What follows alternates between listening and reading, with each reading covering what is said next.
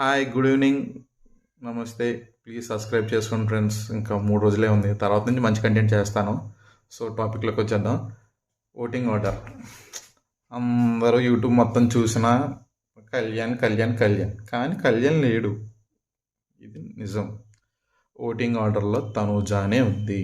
4%, 3% తేడాలో తనూజ టాప్లో ఉంది. కానీ యూట్యూబర్స్ అందరూ పిఆర్ అయిపోయారు అప్పుడు ప్రజెంట్. కొంతమంది చెప్తున్నారులేండి.